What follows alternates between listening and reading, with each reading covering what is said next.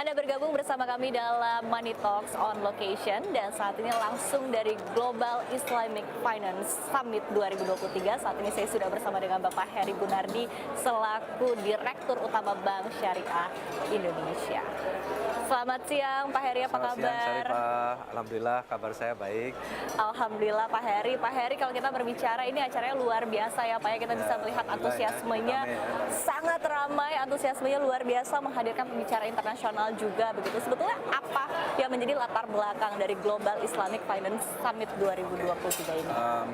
Perlu saya kasih latar belakang sedikit ya, bahwa tahun 2022 ini pada 1 Februari yang lalu kita milad atau berulang tahun kedua, anniversary kedua. Jadi kita juga mesti punya satu event yang artinya bisa menjadi semacam ikon lah untuk perbankan syariah di Indonesia. Itu yang pertama. Yang kedua, kami juga merasa bahwa selama ini memang perbankan syariah itu dirasakan perannya ataupun pemahaman dari para nasabah dan juga masyarakat itu kurang strong dari sisi pembiayaan di real sektor ya, sektor real. Dan seperti juga kemampuan dalam hal pembiayaan dari sisi korporasi ataupun wholesale banking. Nah, pada hari ini kami sengaja membuat satu summit namanya BSI Global Islamic Finance Summit ya, mengundang pembicara tidak hanya lokal tapi juga dari internasional ya, dari Inggris dan juga dari Malaysia untuk bicara mengenai gimana best practice yang ada di sana. Apakah bisa nggak diterapkan di sini gitu. Apa yang dilakukan misalnya Maybank Islamic di Malaysia yang sudah lebih advance dibandingkan dengan bank-bank yang ada di Indonesia.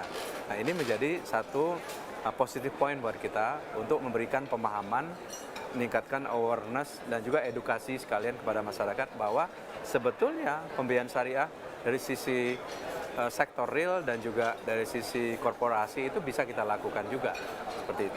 Oke, baik. Tadi ini keywords-nya sekaligus temanya hari ini ya Pak ya, seperti apa tadi dampaknya juga dari perbankan syariah ini bisa berperan lebih besar lagi ke sektor real ya Pak ya. Tapi sejauh ini mungkin evaluasi juga dari Pak Heri begitu, seperti apa sih sebetulnya peran-peran langkah-langkah yang sudah dilakukan oleh BSI sehingga akhirnya memiliki peran yang cukup besar untuk sektor real. Jadi kalau kita mundur sedikit ke belakang, bahwa BSI ini adalah bank hasil merger dari 3 bank syariah milik Himbara, milik BUMN.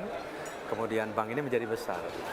BSI sekarang dari sisi aset adalah bank nomor 7 di Indonesia dari berapa ratus bank yang ada di Indonesia.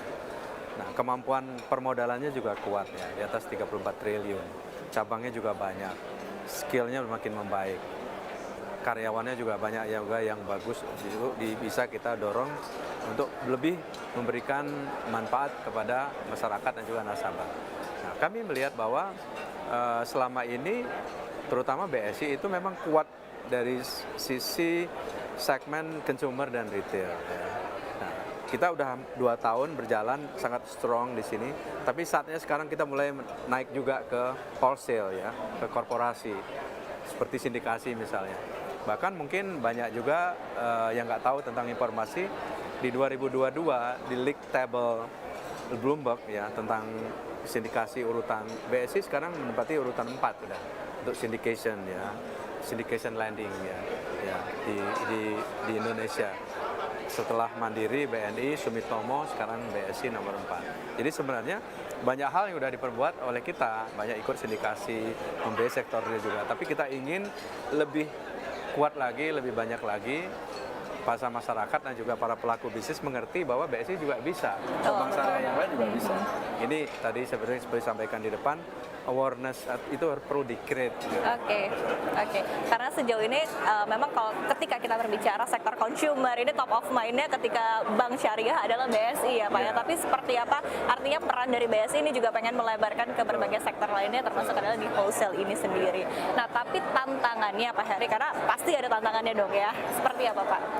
Tantangannya adalah seperti tadi saya sampaikan, kita stages-nya harus clear gitu ya.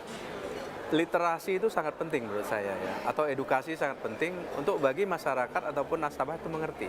Selama ini mereka nggak paham, dipikirnya syariah itu nggak bisa underrate loan yang besar ataupun pembiayaan yang besar, nggak bisa sindikasi segala macam. Kita hari ini kita kasih tahu, ini udah kita lakukan, banyak contoh dan itu bagus ya hasilnya. Nah, kemudian yang kedua adalah kita juga involve lebih banyak juga kan di antara bank-bank yang lain ya untuk melakukan pembiayaan dari sisi korporasi ini gitu. Jadi dengan demikian nanti jadi contoh soal lah gitu ya. Jadi kalau contohnya bagus, ada apa ya use case yang kita lakukan, nanti dari mulut ke mulut tuh akan kelihatan, oh ternyata di syariah juga bisa gitu. Oke. Hanya di luar konteks. Jadi ingin semakin membuktikan kalau syariah Ya, juga bisa dan ya, syariah juga ya. compete ya Pak ya Gitu. dengan perbankan lainnya. Dengan hari ini dan Global Islamic Finance Summit ini kan audiennya banyak tuh. 700 orang lebih dan itu sekitar 200 itu yang hadir C-level. C-level itu CEO dan CFO Ya. yang ada di perusahaan baik BUMN maupun swasta. Oke. Udah mulai mengerti, ya mungkin kita lakukan 2 hari nih.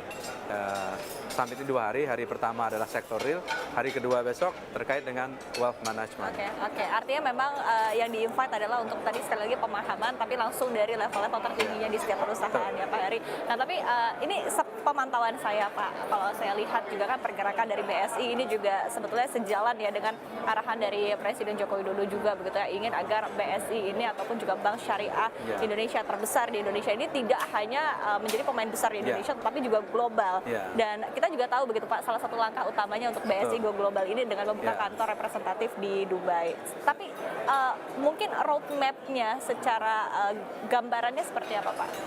Ya saya mau mundur sedikit ya. Pertama saya masih ingat pesan Pak Presiden pada saat peresmian BSI tanggal 1 Februari 2021 di Istana Negara waktu itu. Beliau berpesan bahwa BSI ini harus menjadi bank syariah yang modern, universal, ya, digitalnya kuat. Kemudian juga gimana caranya untuk meningkatkan relationship lebih banyak dengan kaum milenial dan juga SME. Ya. Ya, di sisi lain kami juga melihat bahwa kami sendiri ya memiliki kemampuan kan untuk melakukan ini. Ya kita harus berubah banyak gitu, merubah brand, tidak eksklusif menjadi inklusif ya. Kemudian communication-nya juga harus bagus dan tidak hanya main di lokal. Karena kita tahu kalau kita di lokal udah nggak ada lawannya ya, karena BSI udah paling besar di Top sini. of mind-nya juga sudah langsung ya Pak. Nah kita juga harus melihat juga market di global yang notabene atau kita pikirkan bahwa juga bagus ya untuk perkembangan BSI, tidak hanya dari sisi bisnis tapi juga dari sisi branding juga akan bagus. Nah dengan hadirnya BSI di Dubai walaupun sekarang baru rep office itu brandingnya bagus gitu. Ini contoh ya. Tahun lalu kita melakukan reg issue, naikin modal sekitar 5 triliun rupiah. Kita keliling nih ke Singapura, ke Malaysia. Jadi branding itu udah mulai kuat karena juga presence kita di luar juga ada. Nah roadmap ini sudah kita tulis. Mungkin nanti kalau di Dubai kita lihat dulu ya setelah full license dan ini sukses berjalan, bukan tidak mungkin kita juga akan punya yang lain kan, bisa di Middle East, bisa juga di Eropa. Oke, produk andalannya Pak untuk dibawa keluar ke Go Luar internasional. negeri itu pertama adalah sukuk ya, sukuk global.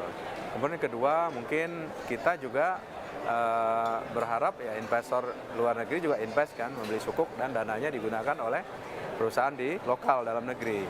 Kemudian yang kedua dari sisi misalnya trade ya, nih, seperti di Dubai misalnya.